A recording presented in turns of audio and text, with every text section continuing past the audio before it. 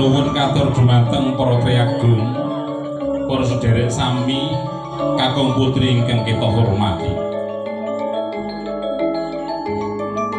Pengajian enggal badhe kawedhar sabda sumangga sami sawe goeng diri tata-tata cancutani wanda. Sing ado padha nyedhakno sing nyedhak padha ngangseka. Sing obrek padha menenga, sing ngantuk padha turu. Sing wujud mboten napa-napa. Sesarengan niat kita ngaji lurung ilmu uga luru ridaning Gusti. Sarana ngaji menungsa uripe bakal pengaji insyaallah donya akhirat bakal piranggih mukti, amin Allahumma. Sing ra gelem ngaji bakal dadi wong bodho ora ngerti, donya akhirat bakal ketemu rugi.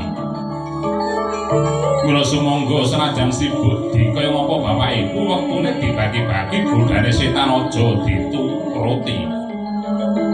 Sebab kalanipun wonten tiyang sing ora tau kober ngaji ning benina kober nonton. Kok kita kok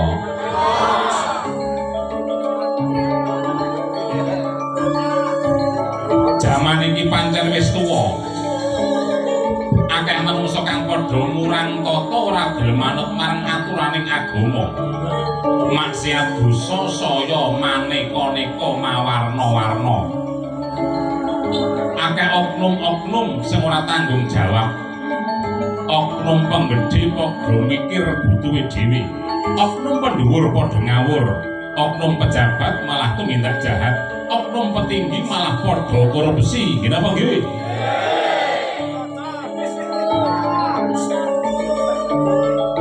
sugih mung padha kakehan pamrih. Ana wong pinter padha keminter. Ana wong bagus padha kementus, ana wong ayu padha kemayu. Ora ngeling nek besok tuane kempong pirot ora payu.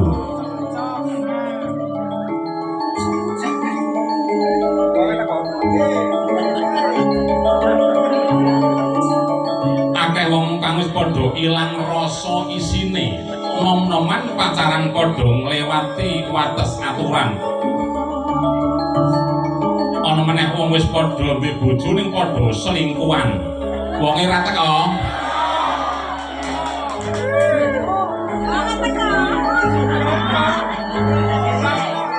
Sing luwih gilane meneh ana berita mantu selingkuh karo mertua. Naudzubillahi min. Zaman pancen wis edan. Ewo apa yang pambudi datangi dan ra kejeman. Nek edan dadekke menungso uripe samangko bakal kadonyan. Mulai eling dieling sak bejo bojone wong kang edan isih luwih bejo wong sing eling lawan waspada. Dieling-eling sesarengan ngaji bareng balik wali songo saking wingkong ombol Purworejo sugeng migatosaken.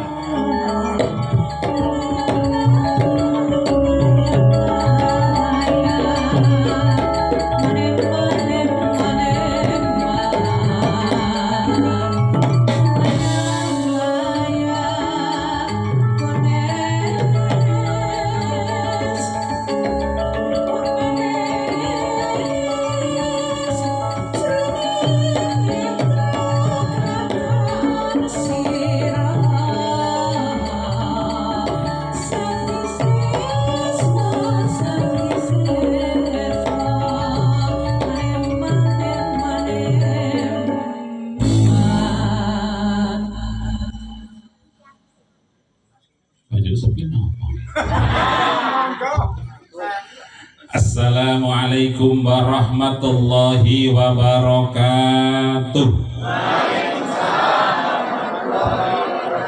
Bismillahirrahmanirrahim. Alhamdulillahi rabbil alamin. Wabihi nasta'inu ala umurid dunya waddin. Wassalatu wassalamu ala asrafil anbiya'i wal mursalin wa ala alihi wa sahbihi ajma'in. Rabbi shrahli sadri wa yassirli amri wahlul 'uqdatam min lisani yafqahu qawli amma ba'du.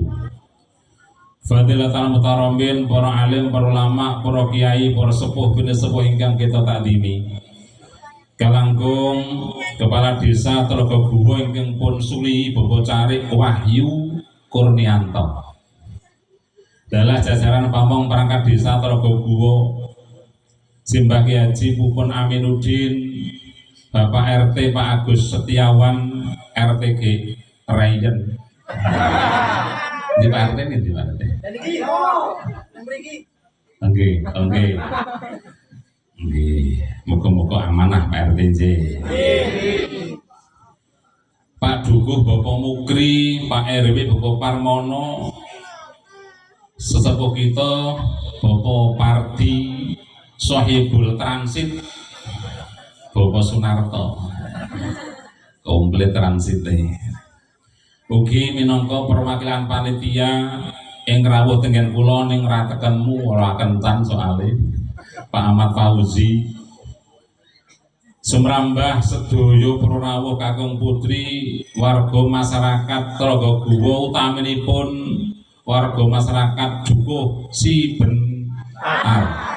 Ugi warga RT setunggal kakung putri ingkang kita hormati, hadirin hadirat rahimakumullah. Alhamdulillah wa syukurillah.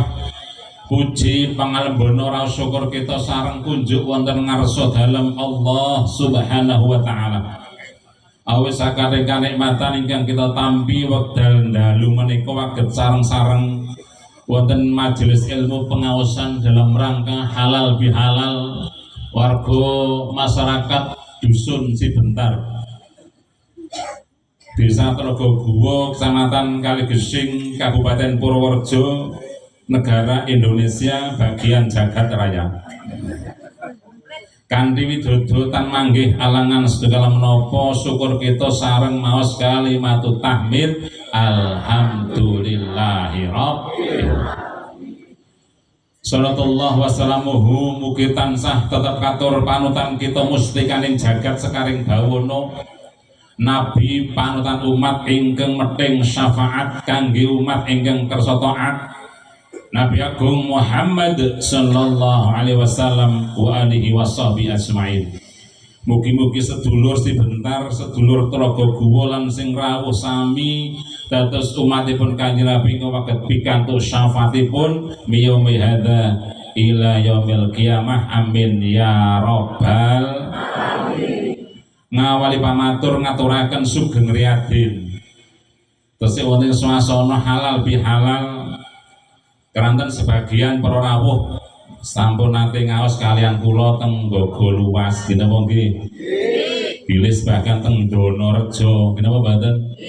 Pas kula ngasih teng Donorejo wonten sedulur Telaga Guwa sing maringi niki totok. Nggih niki ngerti kula nggawa tapi elek niki rada apik ati. Nggih kula dipun paringi matur nuwun muga-muga dadosaken berkah manfaat. Allahumma Milastu sugeng riyadi kalepatan kekhilafan kesalahan ngen srawung linangkung ngen kula matur estu lair batos nyuwun ikhlasipun Bapak Ibu kersa paring agung sih samudra pangsami kersa mboten Pak Bu ing pangangkah mugi-mugi kanthi mekaten dados sarana Gusti Allah lebur dosa kula panjenengan sami teng dinten riyadin menika estu saged dados Idul Fitri kembali suci amin ya robbal alamin. Prawuh ingkang kita hormati nderek bingah nderek remen sedulur sebentar Telaga Guwa ngawontenaken halal bihalal kinaros sarana ngempalaken sanak dulur kangge sami ikrar nyuwun lan paring pangapunten. Halal bihalal tradisi ingkang sangat utami, tradisi Islam, tradisi Nusantara. Karena tidak ditemukan di Arab, di Mesir, di Turki, tidak akan ditemukan karena ini asli tradisi Nusantara. Tradisi Nuswantara ingkang selaras kalian nilai-nilai Islam. Kenapa mboten? Sami sowan ketemu salaman nggih enteng lesane ngucap de le yu kang kenapa mboten ana luputku sing gedhe pangapuramu sing dijaluki enteng lahir batin yo aku uga kaya lupute padha-padha wong tuwa di ngapura sing gedhe pangapuramu kosong alhamdulillah rampung ngajine dari wayangane sallallahu alaihi Nabi Muhammad nggih pun melek napa pun ngantuk ya ana sing melek ana sing ngantuk lumrah kula pun apal wong ngaji niku ana sing melek ana sing anteng ana sing ubrek ora masalah. Insyaallah wis dinati ngaji sing anteng, sing ngantuk, sing ngobrek, sing turu kabeh entuk ganjarane ngaji. Alhamdulillah. Bila rasa ayo pokoke ibu nek ngantuk terus mawon. Nggih, sing penting muga-muga sekedhik kathah manfaat disepakati ra ngantek jam 3 bubar. Nggih. Napa jam 4? Sallu ala Nabi Muhammad salawatan riyen selawat sing rada ngetren Nabi putra Abdullah ayo Mbak Ayu digaweke selawat sareng Pak Bungge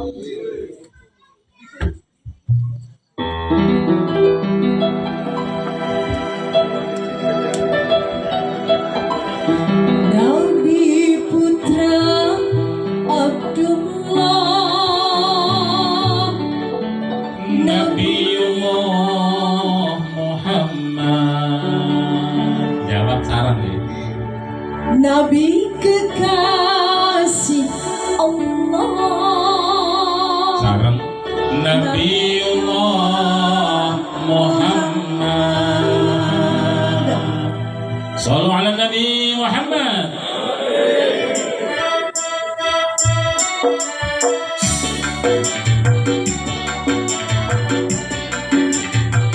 Ngaten bayu buri menten tau.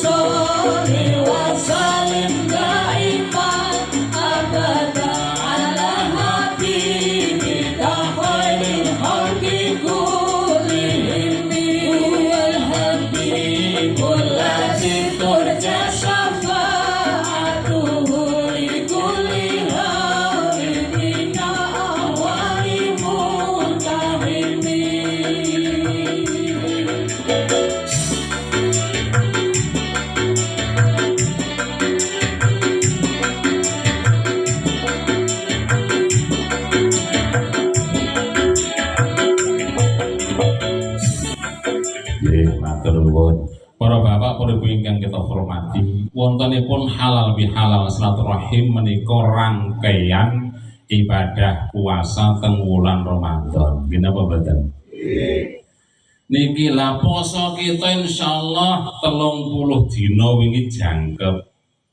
Nggih, insyaallah nek bapak-bapak ya mesti ra ono sing blong, nek ibu-ibu cok ono.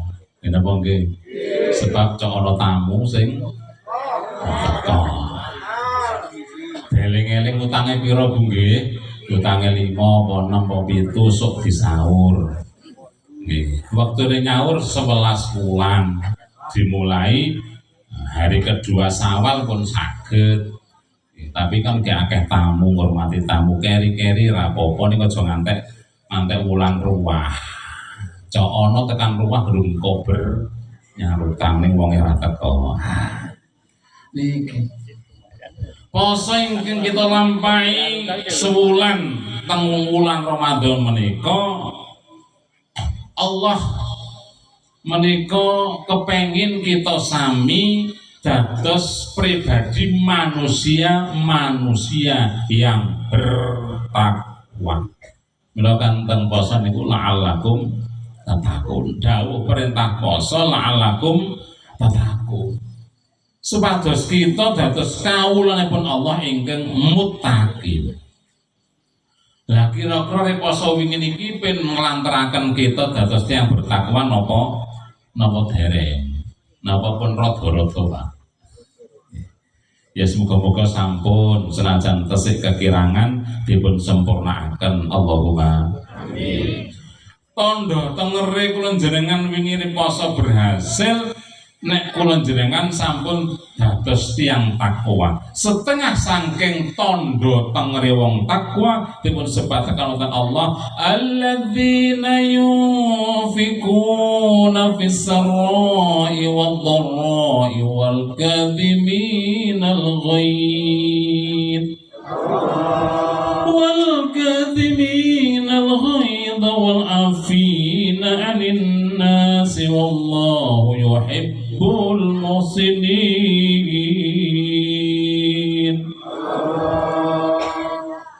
Alladzina yunfikuna fis sarra'i wad dharra.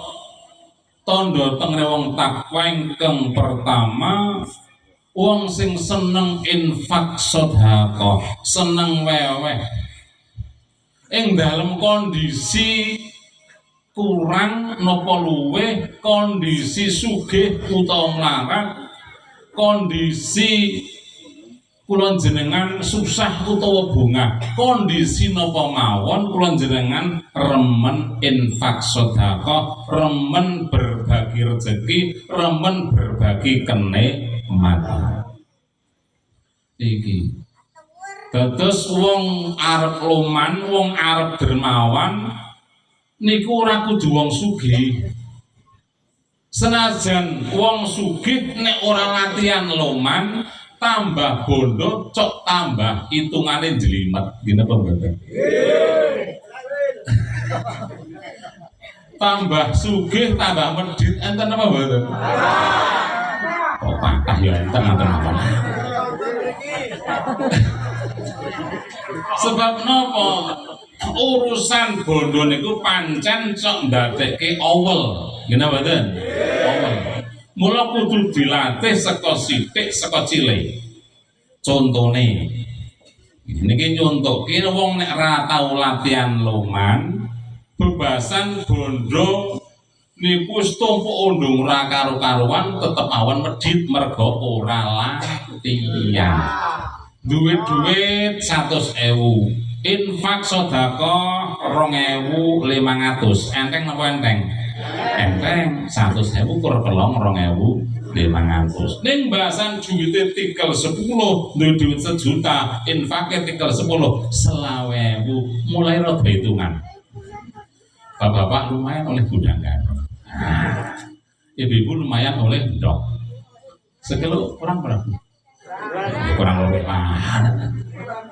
rezekine tikel 10 meneh duit pinten 10 juta, infak sedekah 250.000. Wis hitungane jelem ibu lumayan kan blonjo sebulan.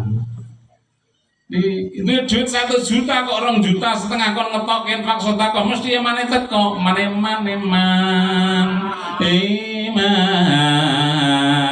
Iman Napa nggih? Kula gambarke nek ora latihan luman tambah bondo tambah medhi tambah kumet cetil bakhil. Naudzubillahi min.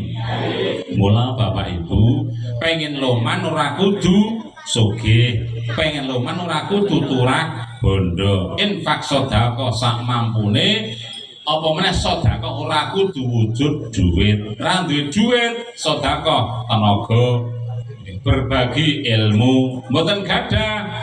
Sedekah mesem guyu ketemu dulure, ketemu koncone, ketemu tanggane petuk mesem guyu sedekah ulate padang. Alhamdulillah. Gampang apa gampang, Bu? Gampang nek cocok. Ora cocok kok mesem guyu, prai kenceng. Ya Allah ya Rabbi niki semoga-moga dulur sebentar dulur Raga Guwa sedaya dadi wong luman. Amin Allahumma. Sebab wong luman qaribu minallah parek nyang Gusti Allah, qaribu minan nas parek nyang manungsa, qaribu minal jannah parek nang swarga, baidu minan nar didoki nang neraka. Amin Allahumma. Niki tandane posone sukses siji dadi wong luman. Muga-muga wis tambah lumane. Allahumma. Pengkalihipun wal kadhiminal ghaid, tandane wong takwa niku bisa ngeker hawa nafsu. Nalika jengkel iso mendhet. Lan poso kan ngoten niku Bapak. Poso niku kan nggih ngeker hawa nafsu, nggih napa nggih? Niki Bapak Ibu tahu nesu napa mboten? Pak, tak takon Pak, garwane diane kok nesu mboten Pak? Kare nesu kare guyu kata pundi? Nggih. Bapak-bapak niku kudu paham. Jenenge mak-mak niku nek mulai nesu, mulai mecucu kon guyu angel mesti blonjone wis santai. Dadi tambane gampang abang-abange toke. Ngaten Bu nggih. Orang mergo ibu materi mboten alfulus yuhinufus les alfulus bisa mampus. Nyekel duit ki marake padang atine Bu nggih. Ana ra duwe duit ya peteng. Blonjo angel jaluk duit angel bola-bali kok jumal dumil prei lah ya. Sallallahu ala Nabi Muhammad. Tetes monggo. Kula jenengan saged mengendalikan diri lumrahe wong niku cok kala-kala emosine teko karo bojo, karo anak, karo wong tuwa, karo mertua, karo kanca, karo tangga, cok beda karep, beda penemu. Gini apa mboten? Niku kala-kala cok rada jengkel, cok rada emosi. Lah niki wong sing kuat, wong sing digdaya iku sing bisa ngeker hawa nafsune nalika isih jengkel. Nggih. Kudu wong sing ampuh ra mempan ditembak, ra mempan pedang, ra mempan napa dibedil maning jondel-jondel. Ditombak ngakak-ngakak mboten. Kudu wong sing pinter gelut lan gulat ning wong sing digdaya, sing ampuh, sing kuat bisa ngeker hawa nafsune nalika jengkel. Lah mila ngaji niki Bu ngoten niku. Nggih, mila kudu ngaji. Ngaji niku ya barang angel, muga-muga sithik-sithik iso nglakoni. Allahumma. Iki nuwun sewu sebab nek jengkel nafsu emosi dituruti tiang riyen ngendikaken barang sepele bisa dadi gawe, kriwikan bisa dadi grojokan. Leres contone akeh. Nggih. Ming karo bojo kok renyenengke wis ra itungan kala-kala rapate gawe lega emosi. Jangan rada kasineng ngamuk. Ora asin nyanyap. Ya Allah niki. Niki nek dituruti emosi niku bahaya. Tangane cok plek. Niku dadine KDRT ning nuruti emosi barang sebelah digawe apa meneh dilaporke ya. Dadi urusan panjang niki. Mila Islam memberikan solusi nek pas jengkel kekeren hawa nafsumu mergo jengkel iku bagian saka panasin neraka didemno dengan air wudu. Nek Bapak Ibu jengkel wudu. Wudu kok urung mari jenengan lenggao. Lenggah kok durung mari. Mapano. Mapan durung mari turu.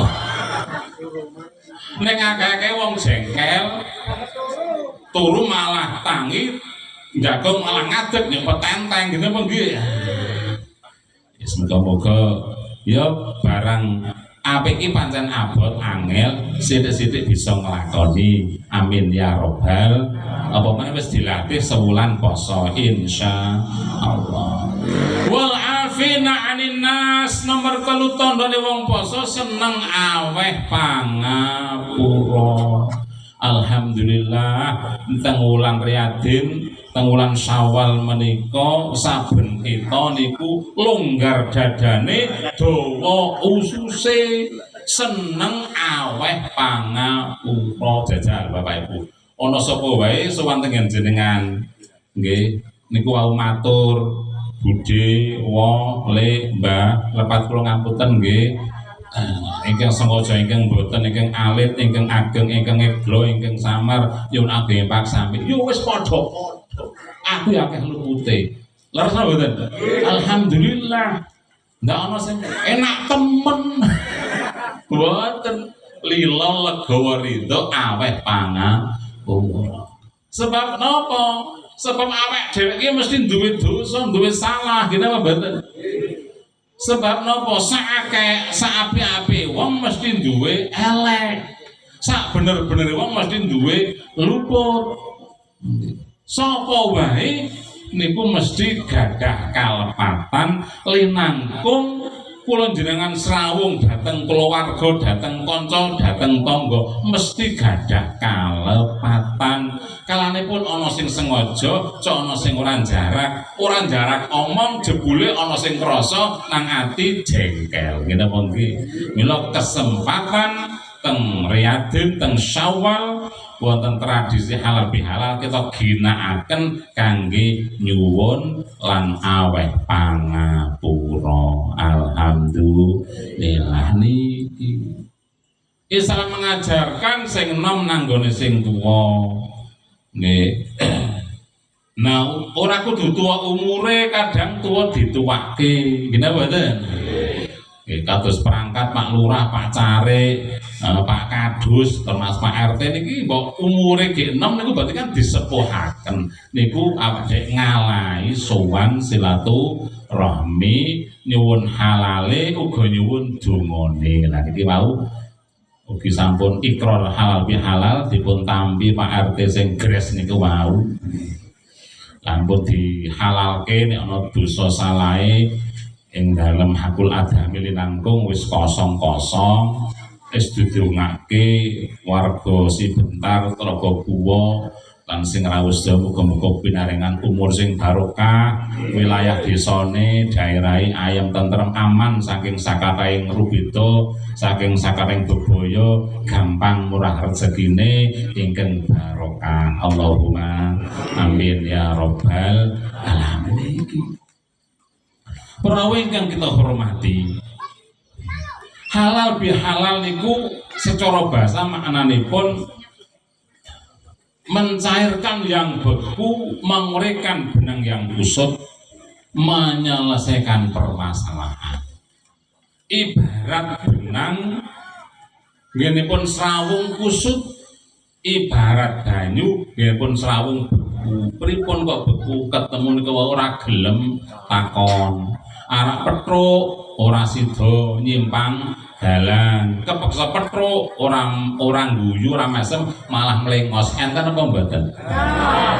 Niku berarti kan bebrayan, seduluran, kancan tetanggan mesti enten masalah.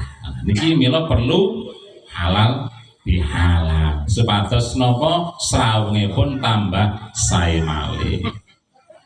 Kesempatan Bapak Ibu teng Riyadin menika jenengan dieling-eling duwe salah karo sapa kuwi diutamakno. Siji mesti salah sing paling akeh karo bojo.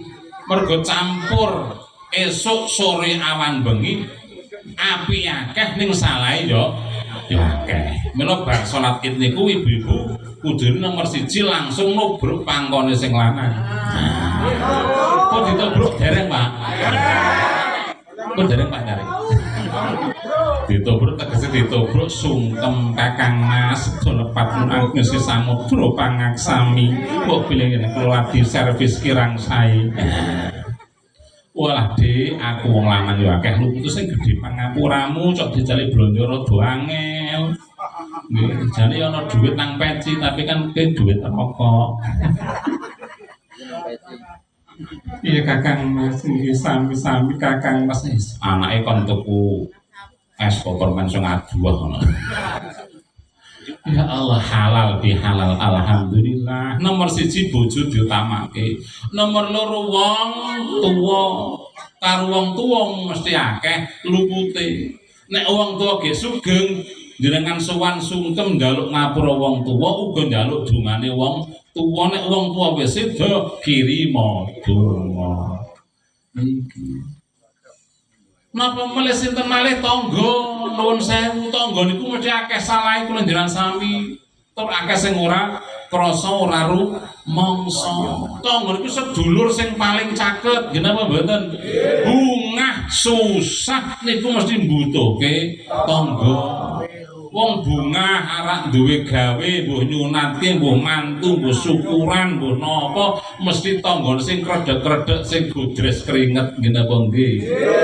Apa meneh susah keseripahan senajan anake 5 sukses ana sing dadi gubernur ana sing dadi bupati ana sing dadi camat ning waduh nang luar kota nggih keseripahan sing nomor 1 kemreket mesti tanggane napa nggih anak-anak sing adoh luar kota dikabari pidho OTW napa OTW aja takon wae niki OT perjalanan pulang teng Naming do tangisan nggih napa mboten mangsane diangkatke sing mikul ya wong sing mikul ya tangga-tangga niku wau sing keluarga malah ming do nonton karo rembes-rembes menika wau ya Allah ya Rabbi tekan makam sing duduk ya tanggane sing ngubur ya tanggane sing nguruki ya tanggane.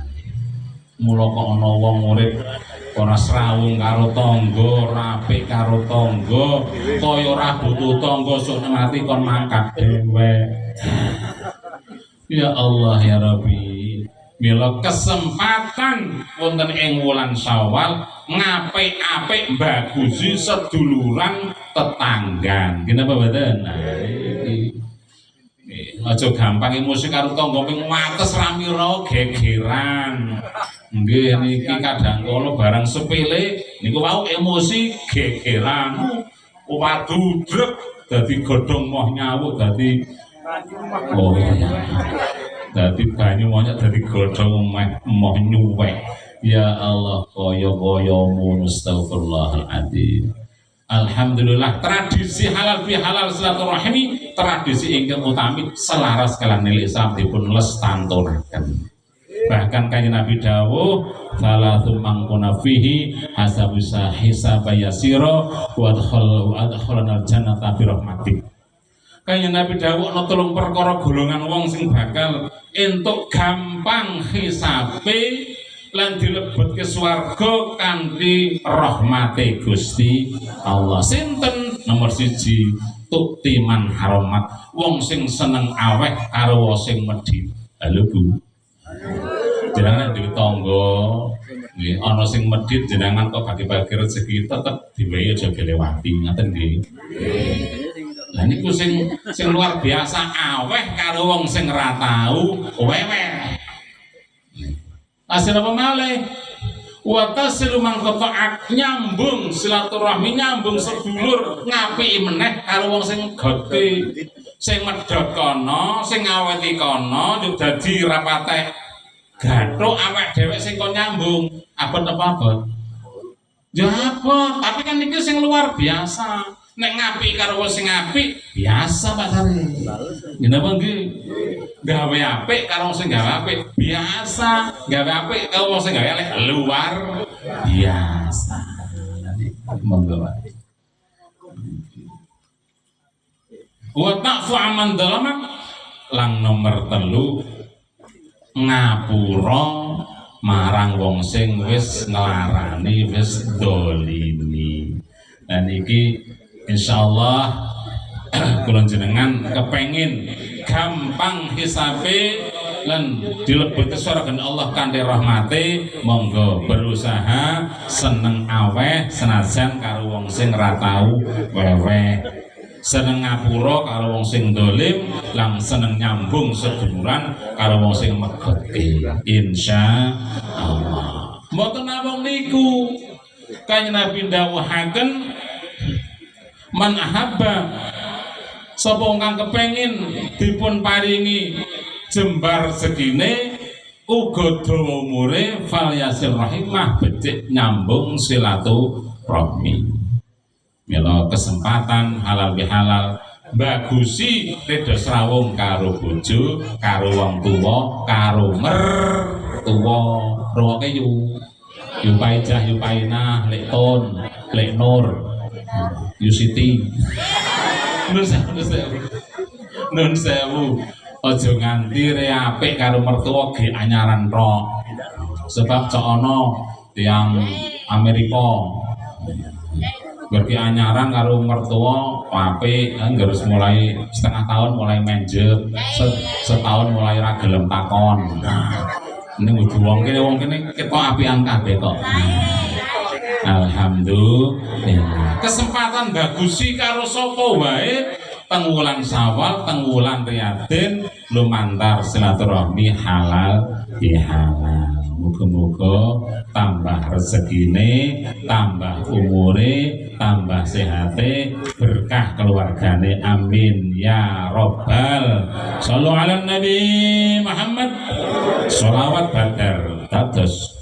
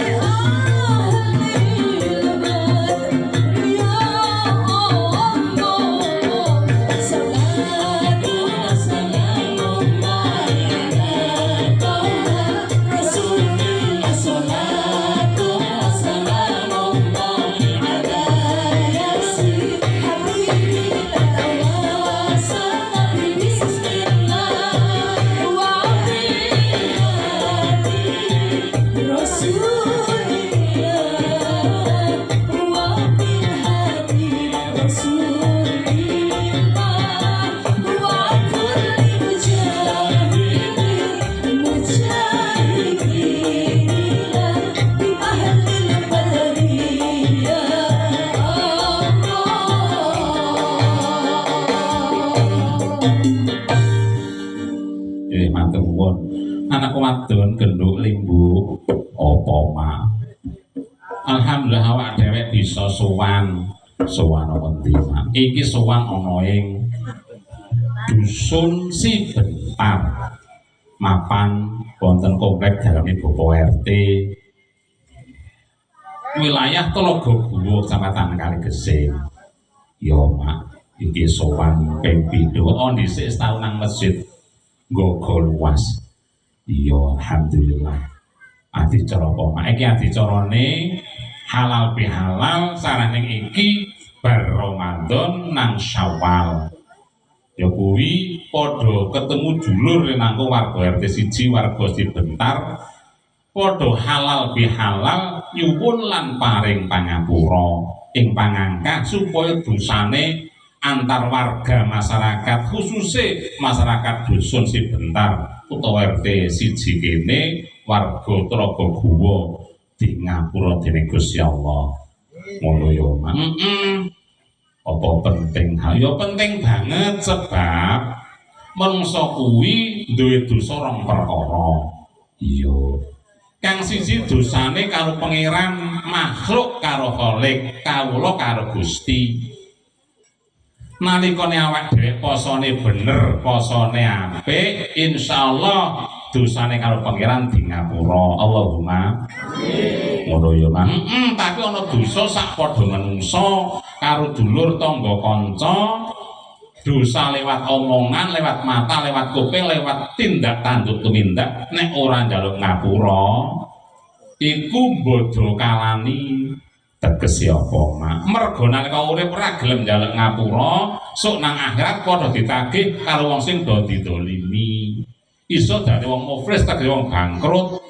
Ganjaran salat, ganjaran puasa, ganjaran haji sontek nggih nyarutan wong sing tau didolimi nek ora njaluk ngapura. Oh, ngono. Mula dirungokke. Karang wong iku panggone luput karo lali, salah ki sandangane manungsa. Manungsa sing apik dudu wong sing ra tau sangah, manungsa sing apik nek salah rumangsa yo gelem njaluk ngapura kaya dulur kene iki. Alhamdulillah. Ngono yo, eling-eling. Yo sesuk sak teruse nek salah luput karo kanca dulur tangga, yo nek iso rasah nunggu riyaya njaluk ngapura. Oh, ngono. Ning akeh-akeh nek ora riyaya ora njaluk ngapura abot. Ngene apa nggih? Karo isin darah. Tapi nek riyaya enteng. Alhamdulillah, muga-muga budaya tradisi halal bihalal iso lestari sarana nglebur dosa antar sesami. Amin ya robbal. Lagune lebaran lagune lebaran men lebar luar nang wengi iki dulur si bentar dulur Talaga Guwa amin ya robbal gaweke lagu lebaran Pak B lebar luar lebur dosa kita amin ya robbal Siap.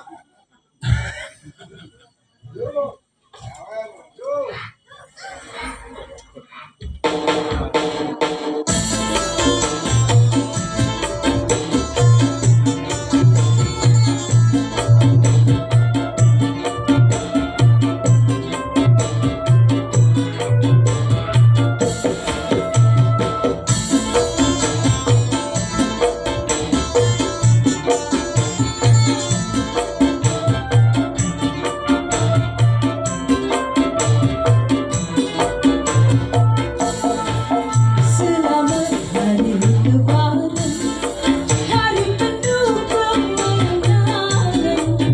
Minal aidin wal faizin, mohon maaf lahir dan batin. Mari bersalam salaman, maafkan segala kesalahan. Hilangkanlah sifat dendam sesama umat yang beriman. Tak ada manusia yang tak pernah berbuat dosa. Pintu ampun selalu terbuka dari Allah Maha Penyayang. Di hari yang putih, semoga kita kembali suci, jauh dari penyakit hati. Semoga Allah meridhoi. Selamat hari lebaran, hari penuh kemenangan. Minal aidin wal faizin, mohon maaf lahir dan batin. Mari bersalam salaman, maafkan segala kesalahan. Hilangkanlah sifat dendam sesama umat yang beriman. Tak ada manusia yang tak pernah berbuat dosa. Pintu ampun selalu terbuka dari Allah Maha Penyayang. Di hari yang fitri, semoga kita kembali suci, jauh dari penyakit hati. Semoga Allah meridhoi. Selamat hari lebaran, hari penuh kemenangan. Minal aidin wal faizin, mohon maaf lahir dan batin. Mari bersalam salaman, maafkan segala kesalahan. Hilangkanlah sifat dendam sesama umat yang beriman.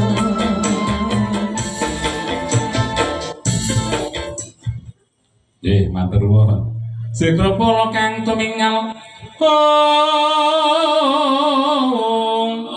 Pracampa saroma dale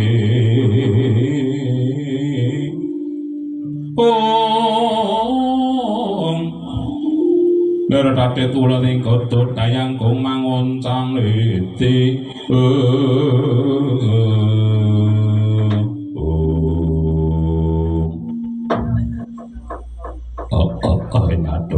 nyadong dawuh kira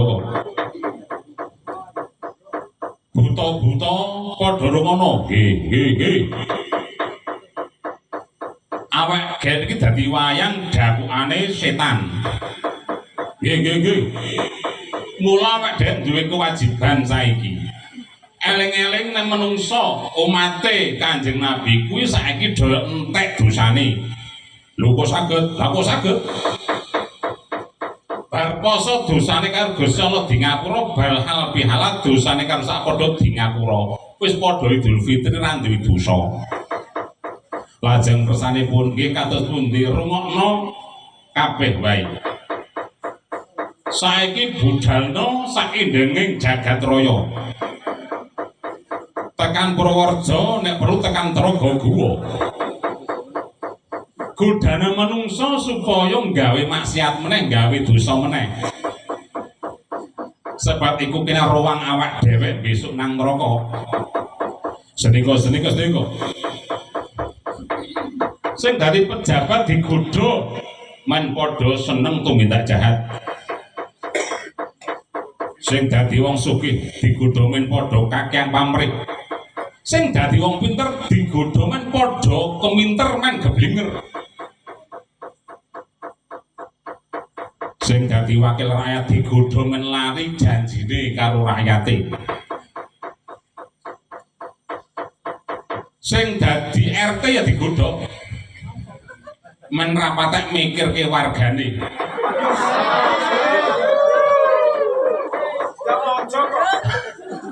Sing dadi canom digodhore pacaran padha krajuk.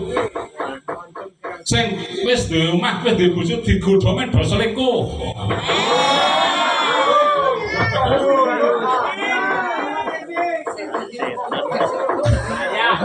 Digodha kabeh men ana sing selingkuh karo tanggane, ana sing selingkuh karo bojone kanca bareng.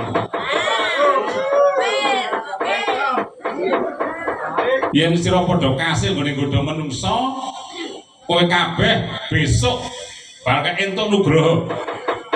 Lan menungsa sing bisa tok godha kuwi menungsa sing bakal dadi kancamu nang neraka.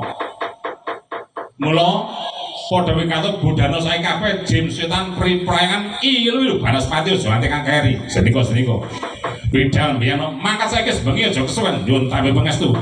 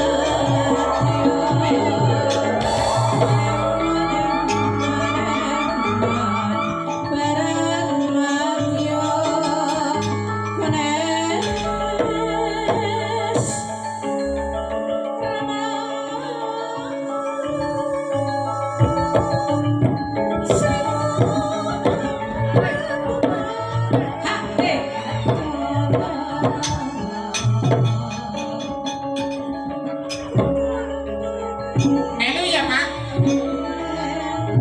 Ora bareng nakal. Ora.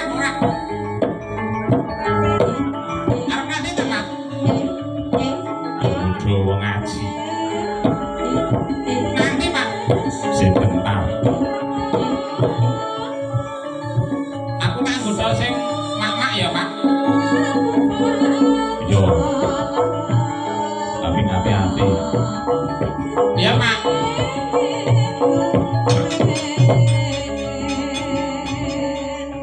Bisa tekan hati-hati. Apa? Panas. Oh, panas. Apa? Panas Pak. Oh.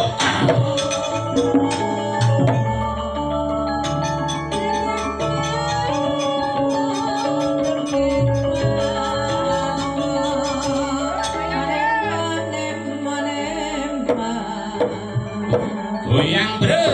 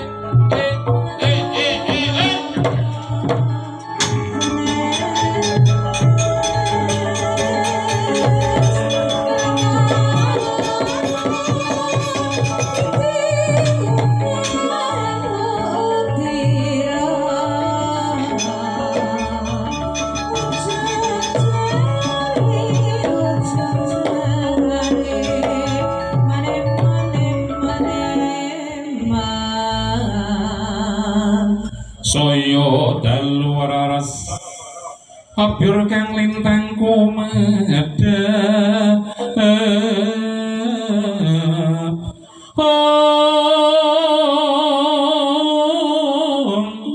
Titisunyo madya ratri Lumrang gandaning puspita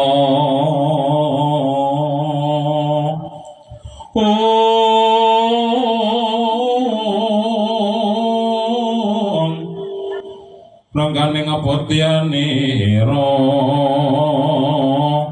sang Dwijara mrengeng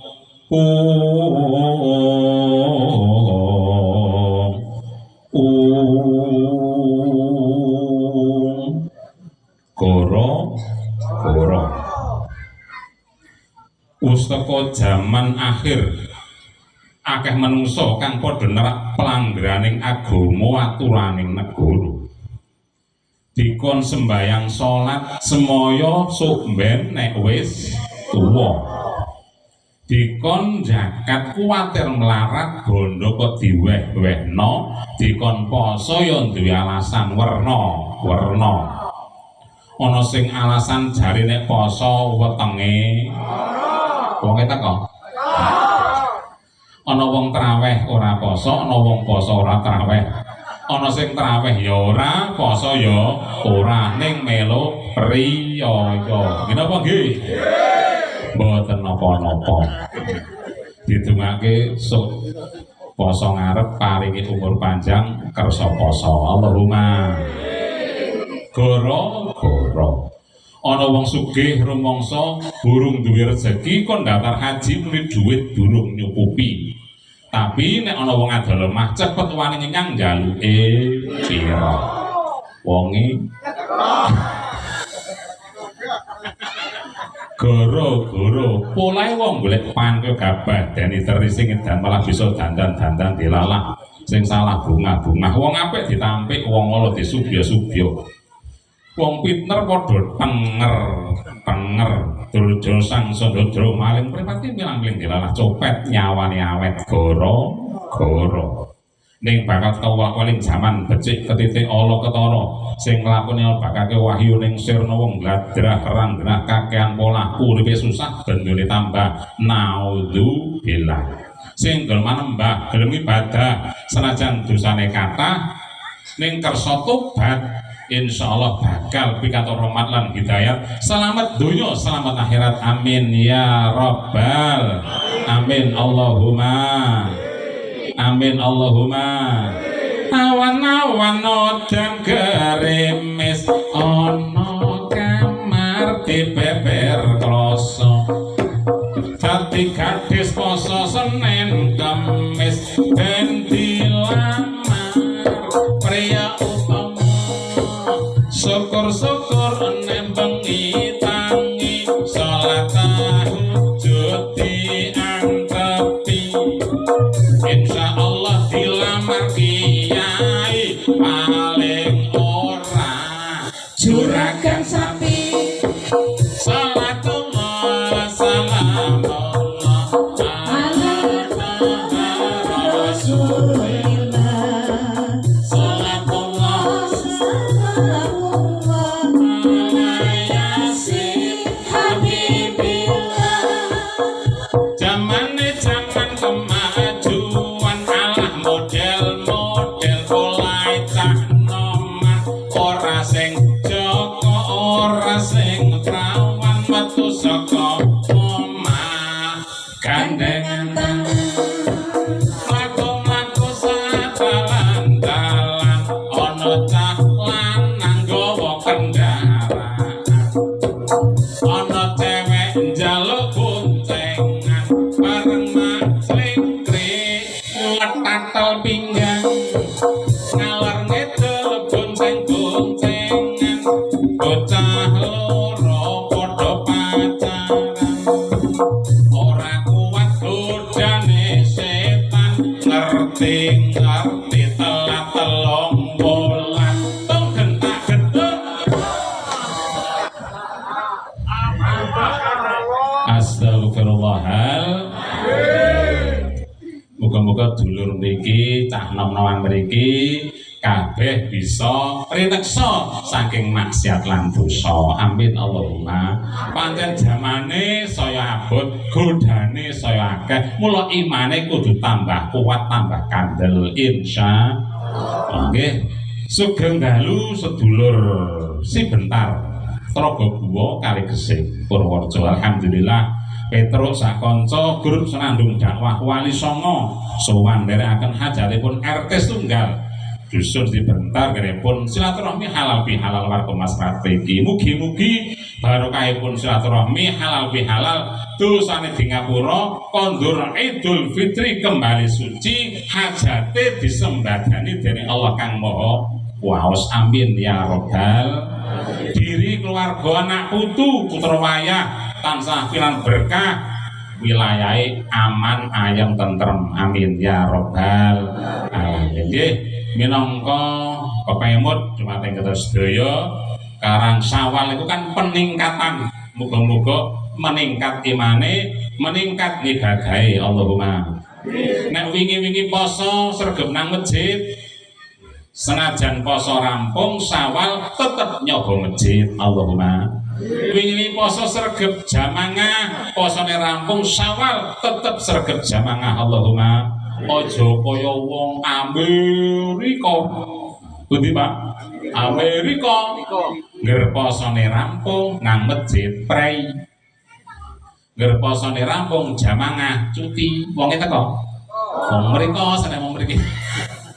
Nggih, muga-muga estu yen saged nglajengaken nggenipun remen teng masjid, remen jamangah, remen weweh sedekah niku teges posone berhasil Sawal meningkat iman takwane. Amin ya robbal. Samping gunung Mbak Lasih saking Grabak diaturaken dumateng sedulur si bentar. Monggo ya dibawani nek perlu duet. Ayo duet hal tak krungu suarane wong loro jal kaya ngopo. Yo Mbak Nino didueti Mbak Nino. Oh kowe Nino sing kanca motor. Kanca motor ngisulase Saka gerabak sijine Mbak Nino saking butuh. Cobi butuh karo gerabak suarane kaya apa? Caping gunung dibawani. Sepira Pak? Nggih. Mundak bola. Limang waktu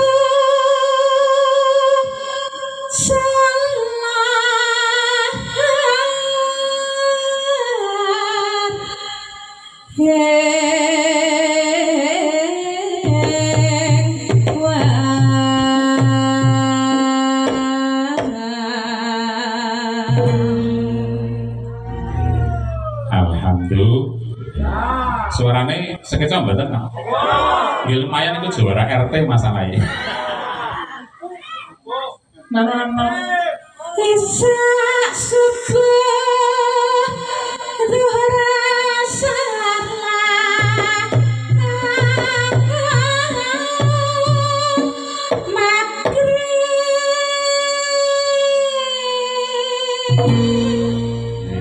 kewajibane wong muslim kita sedaya 5 wektu salat sedina sedalu. Napa isak subuh, zuhur asar sarta salat maghrib. Sambung Mbak Nino. Mbak Nino sambung. Iku kang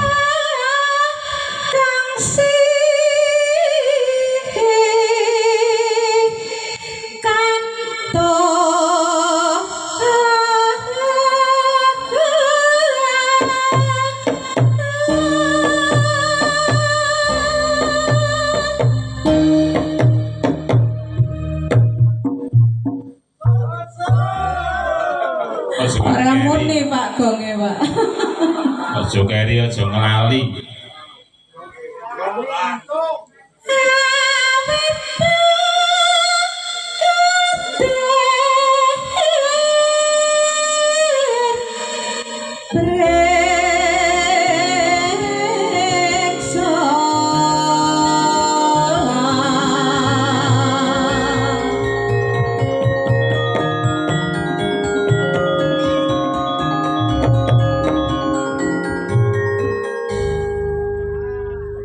Bakal diperiksani langkung rumiyin timbang ngamal-ngamal sanesipun.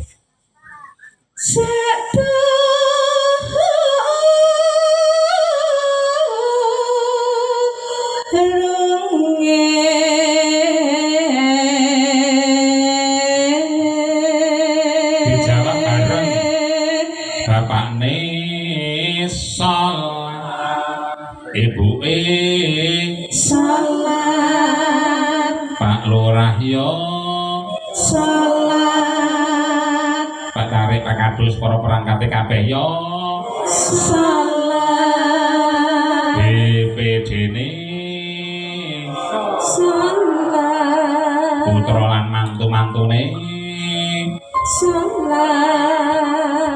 Muga-muga piantun si bentar Trapa Guwa Kabupaten Purworejo. Salat kabeh. Amin Allahumma. Sadurunge dipun priksa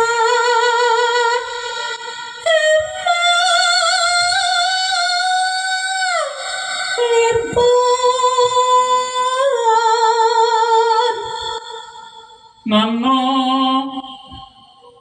lamun cekap salat kira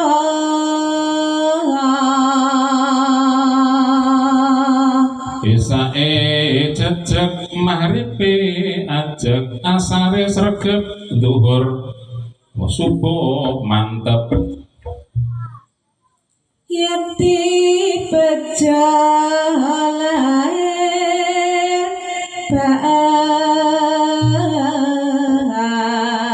batin.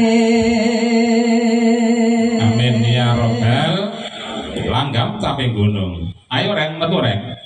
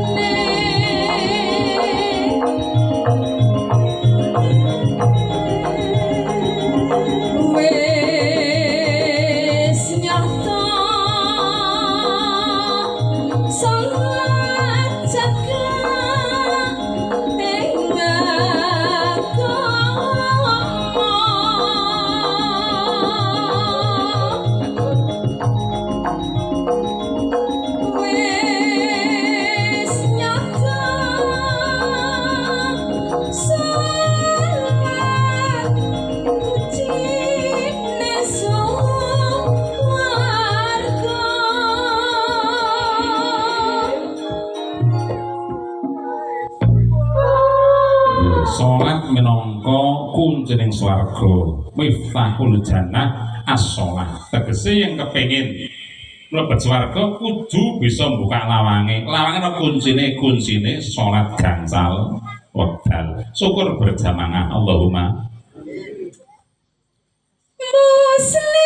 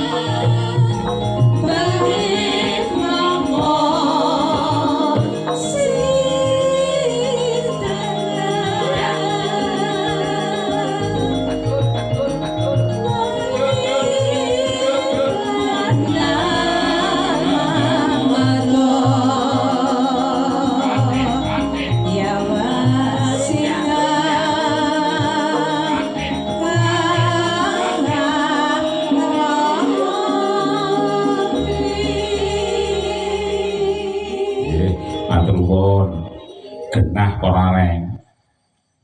Genah kenapa? Ya kuwi mau lagu ki ana pituture, ora kudu dijugati tok ning dimatke pituture. Ki mau nek salat ya penting banget minangka saka guruning agama, uga minangka kuncining swarga. Ngono ya terus. Mula muga-muga dulur si bentar telaga guwa bar Ramadan tambah mantep tambah sregep salate. Amin Allahumma amin ya rabbal alamin. Ngono rek. Wis muga-muga donga dinunga ora mung sing ngrungokke tok sing nembang barange kudu nggatekke nek laguhe pitutur salat. Mula penyanyi ya minangka ikhtiar budidaya entuk rezeki derek kiai sing penting orang ngarani halalan thayyibah sithik akeh sing berkah luwih berkah meneh nek urang nglirwake kewajiban. Amin Allahumma amin ya rabbal alamin. Krana salat ki pancen perkara sing paling wigati. Ya ora kena mbet. Ora kena mbet. Ora kena mbet. Maksudnya salat ki ora kena mbet. Nek awake sehat iso jumeneng salat kanthi jumeneng. Lah nek ra iso ngadeg salat karo lungguh ora masalah.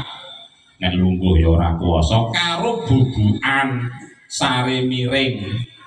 Nek sare miring ora kuwasa sare mlumah.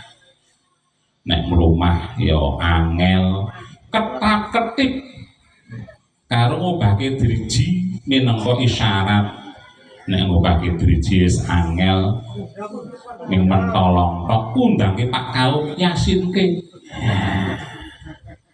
Ateges ya wis ngalamat nek ora iso salat wis ra kuwasa salat disolati.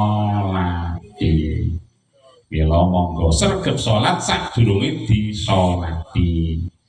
Ngono ya semoga Allah paring daya kegiatan kita sedaya lan sedulur si bentar telaga guwa enteng nindakake taat, enteng sumingkir saking sakering maksiat, satemah bejo mulya slamet donya akhirat. Amin ya rabbal alamin. Awake dhewe wayang ki sebab apa? Wayang kuwi wayangane wong urip. Lah nek kuna kawan, kuna kuwi paham kawan ki bolo sing paham, bolo sing cerdas. Ngendi ana wayang ditutup ana kawan bakal unggul, bakal menang. Sebab iki ora baen-baen wayang ki sing ngripta Kanjeng Sunan Kalijaga. Oh iya, nek biyen ra ono ki Sunan Kalijaga sing ngripta lumantar dawuh sahabat Ali mantune Kanjeng Nabi. Redawuh piye? Redawuh sambil khairon fatruk mabalwa.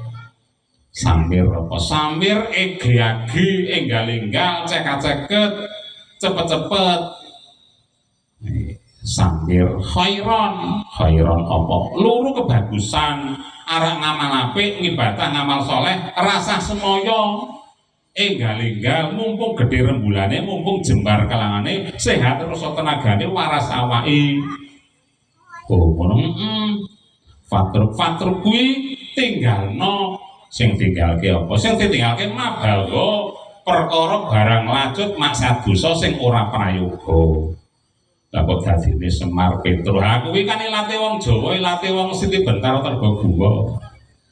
Oh ya, Samir dadine Semar. Nggih Semare. Le iki Semare. Samir dadi Semar, khairan aku gareng. Fatruk Petrus. Mabago bagonge ndi? Nang kene. Nggih.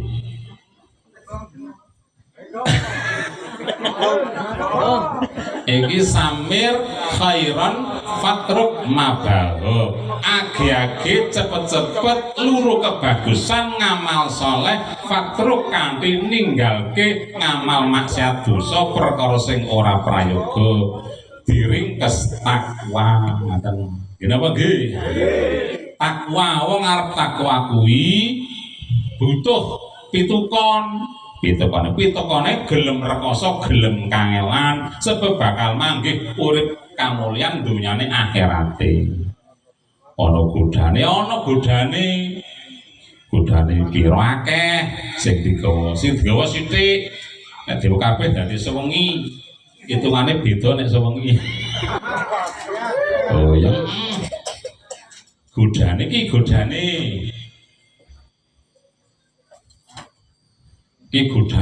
wong sing cok tukang godha. Wong apik iki mesti kabeh wong seneng, nggih napa nggih? Lah iki ana wong sing seneng karo wong sing ala. Iki jenenge sengkuni, sing tukang adu tombak cucukan. Ana wong guyub ora seneng. Mesti dihasut. Iki sing jenenge ing ngarsa kakeang swara, ing madya numpuki bondo tuturi hanji gali. Ujune kan ing ngarsa Sengkulada nang arep dadi conto uswah hasanah ing madheman karsa bareng-bareng nyambut gawe kanggo kebutane wong akeh. Tuturi handayane senajate wong mburi memberi dukungan support nggih lan donga. Kudune nek Sengkuni mboten ing ngarsa kakeang swara. Sengkuni dadi pengarep iki ora kakeang ngomong tok. Pinter usul ning ra nglakoni. Nek ana rapat usul werna-werna nggon urunan angel. Modele iki sengko. Nggih. Ing madyan kuwi bondo nek gelem kangelan mesti akeh pamriye sepi ing gawe rame ing pamrih. Nek ana gawean ngumpet nek ana dum-duman ngonjok-ngonjokke dhewe modele Sengkuni. Tapi nyambut gawe ning karo munteti golek bathi nggo pribadi. Modele Sengkuni. Lah iki nek ra ndek posisi model Sengkuni dadi wong mburi, tukang ngompori, tukang jegal. Aja seru-seru nek rusak rugi. Mergo ki wayang temenan larang darane niki Sengkuni. Iki tukang blenjani janji. Nek utang ora lira-liru ning jebul seminggu dadi setahun. Jarene ora lira-liru ning gertekan janjine lali diparani rawane nemoni ngilang anake engkon methuke ngomong ya nek simbok tindakan. Oh jebulane lah iki nek ning warung ngati-ati iki ning warung kok nyateti. Jarane engko nek tanggal 1 tapi nek tanggal 1 re tuku pindah iki modele cahit. Sengkuni. Waduh bahaya niki. ana wong guyub ora seneng mesti didu men egreng. Mula kanca niku penting, ning milih kanca ya penting aja nganti ndek kanca kaya sengkune gak ketularan.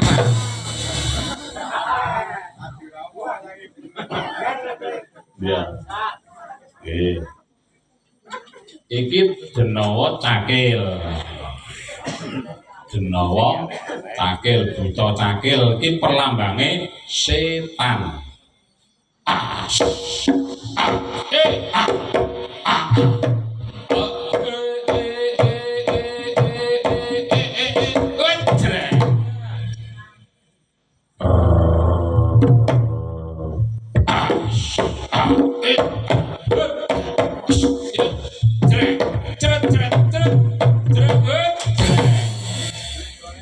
Mau latihan sik mau. Iki setan perlambange sing tukang nggodha menungsa ana adzan subuh kok mapan ngencenge kemul ya digodha sit. Wingi sregep jamangah saiki wis godha malah jamangahe prei ya mergo digodha sit. Sing ngaji turuke ya mergo digodha. Ini wae. Ya karang setan wis digodhong instrumen ra krungu intine ngaji modale sit. Niki bahaya niki. Sing nom-noman pacaran digodhong setan nek boncenganke men gojekane kenceng nek ana jeglongan malah kebeneran digas ngengset teplek rada lumai. Setan iki. Wis duwe bojo ya digodhong setan. Delok bojone dhewe wis ora patek tertarik malah sering nyawang bojone tanggon. Iki ya sit. Hit. Hit.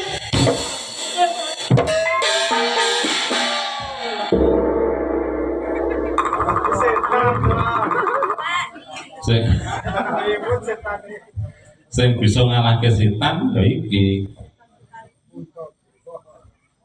Nalikane ro ing dalu wangekung sasa mati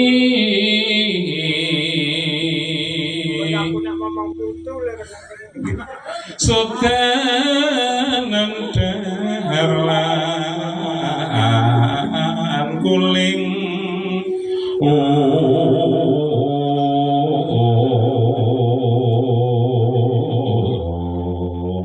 Satrio maju kala pamadyaning Pandhawa Raden Harjuna ya Raden Janaka umbang ali-ali danang Jaya Walikiti.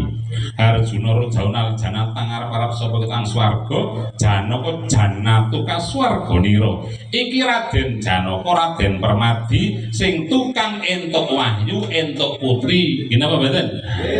Wahyu lan putri perlambang nugrahaning Gusti. Dadi mergo napa mergo Janaka ahli semedi, ahli wirid, ahli mujadah, ahli istighosah, ahli prihatin. Entuk nugraha wahyu putri, nggih nek sing pujian kan bidadari niku memperlambangkan gambarke nek wong sregep prihatin entuk kanugrahaning Gusti. Ning gertapa semedi prihatin mesti digodha iki jenenge mau setan. Tata galono kalono kalaya takut maring kodringkut siung lir katon mawingis wingis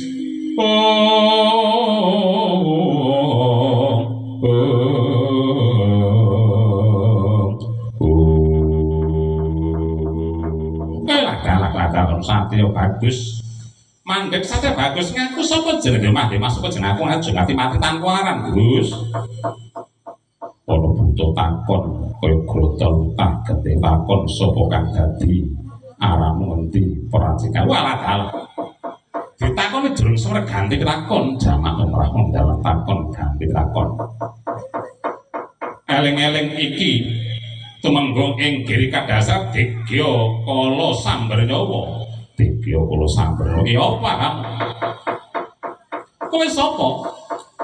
Raden Arjuna. Raden Arjuna ya Raden Janaka. Raden Janaka kumbangane ali danang Jawa iki.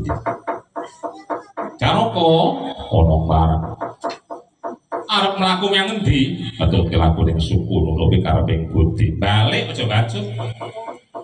Balik ke wong aku tamu gawar lan kenteng. Gawar kene ndasing buta kan pating jegelek. Tak tugel tak sampar ana kali belatak tugel kulit kowe papuk. Wani karo aku sing tak lodene Pak. Kopat kabeh kula tapangke kejaba brajangan kelakon tak sabeke prabantang sumir padamu. Dewa langsung ing pergaring patimu.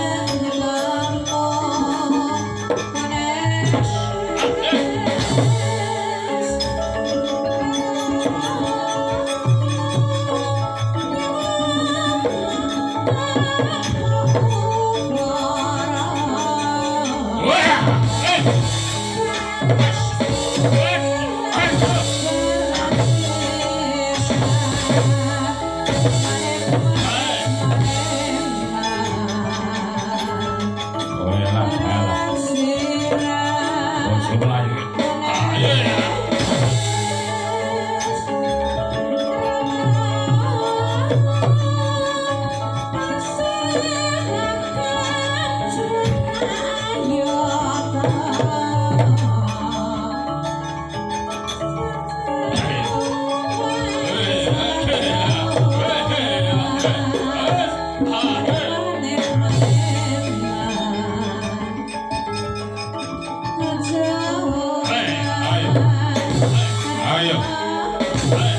Wes canda wes.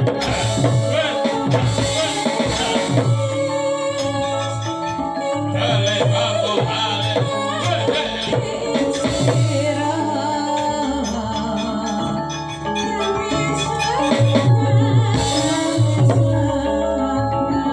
Raden Janaka ngasta Kyai Pasupati sampun kaosaken mantra-mantram sakti hasbunallahu wa ni'mal maula wa ni'man nasir wa la haula wa la quwata illa billahil aliyyil azim.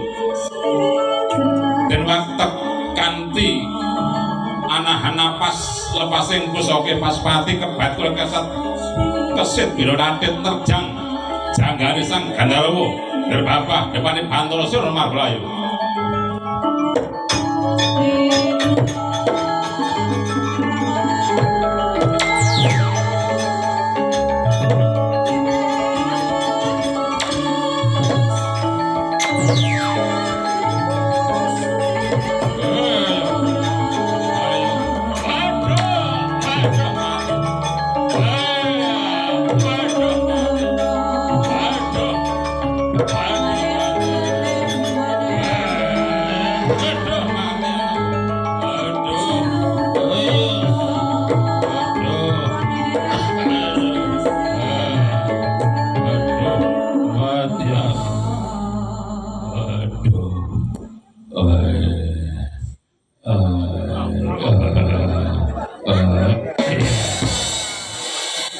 Rampung Pak Cari. Sernaning Gandharwa dados sarana tentreming jagat raya. Tentrem aman slamet bumi si bentar Tragaguwa. Aman slamet lami-laminya rahayu, rahayu, rahayu. Tansah pinawikan berkah ridhaning Gusti Kang Kawasa. Amin Allahumma amin ya robbal lil qabul al-Fatihah. Bismillahirrahmanirrahim. Alhamdulillahi rabbil arrahmanirrahim. Siratal ladzina an'amta 'alaihim ghairil maghdubi 'alaihim waladdallin. Bismillahirrahmanirrahim. Alhamdulillahi rabbil alamin. Allahumma shalli wa sallim wa barik ala sayyidina Muhammad wa ala alihi wa sahbihi ajma'in. Warhamnahum bi rahmatika ya arhamar rahimin. Allahumma ighfir lana dzunubana wa khatayana kullaha wa ighfir lana wa liwalidayna warhamhuma kama rabbayana shighara wa li jami'il muslimin wal muslimat wal mu'minat al ahya'i minhum wal amwat. Rabbana hab lana min azwajina wa dhurriyyatina qurrata a'yunin waj'alna lil muttaqina imama. Rabbi hab lana minas salihin. Allahumma la tata'lana fi majlisina hadha dhanban illa ghafartah wa la hamman illa farastah wala aiban illa syatartah wala maridan illa syafaidah wala tuna'an illa stajabtah wala hajatan min hawaijid dunya wal akhirah illa qadaitaha wa yasartaha ya rabbal alamin. Salimna ya Allah, salimna ya Allah, salimna min afatid dunya wal akhirah wa fitnatihima innaka ala kulli syai'in qadir. Allahumma yassir lana umurana umuratina wad dunya wal akhirah wa hasil maqasidana bil khair. Allahumma aghna bil ilmi wa zayyina bil hilmi wa akrimna bit taqwa wa jammilna bil afiyah wa jammilna bil afiyah wa jammilna bil afiyah. Allahumma tawwil umrana umran nafi'ah umran aziza umran mubarak ya Allah. Barik lana fi umrina wa barik lana fi umurina wa barik lana fi hayatina wa barik lana fi ahlina wa barik lana fi dhurriyyatina wa barik lana fi ilmina wa barik lana fi rizqina wa barik lana fi ma'ishatina wa barik lana fi amwalina bi rahmatin arhamar rahimin. Allahumma inna ala dzikrika wa syuksi ibadatik ya Allah. Taqabbal minna innaka antas samiul alim wa tub alaina ya maulana ya Allah innaka antat tawwabur rahim. Rabbana atina min ladunka rahmah wa hayyi amrana rasyada. Rabbana atina fid dunya hasanah وفي الآخرة حسنة وقنا عذاب النار وادخلنا الجنة مع الأبرار يا عزيز يا غفار يا رب العالمين وصلى الله على سيدنا محمد وعلى آله وصحبه وسلم سبحان رب العزة عما يصفون وسلام على المرسلين والحمد لله رب العالمين بالقبول الفاتحة الحمد لله رب العالمين الرحمن الرحيم مالك يوم الدين إياك نعبد وإياك نستعين اهدنا الصراط المستقيم صراط الذين أنعمت عليهم غير المغضوب عليهم ولا الضالين Rabbi firli wali walidayya amin Bapak Ibu sedaya matur nuwun kawit gatosanipun mugi wonten manfaat estu kathah lepat nyuwun aku ing pangsami sugeng kondur rahayu ingkang sami pirangge wal muwaffiq ila aqwamit thariq wal afu minkum assalamualaikum warahmatullahi wabarakatuh.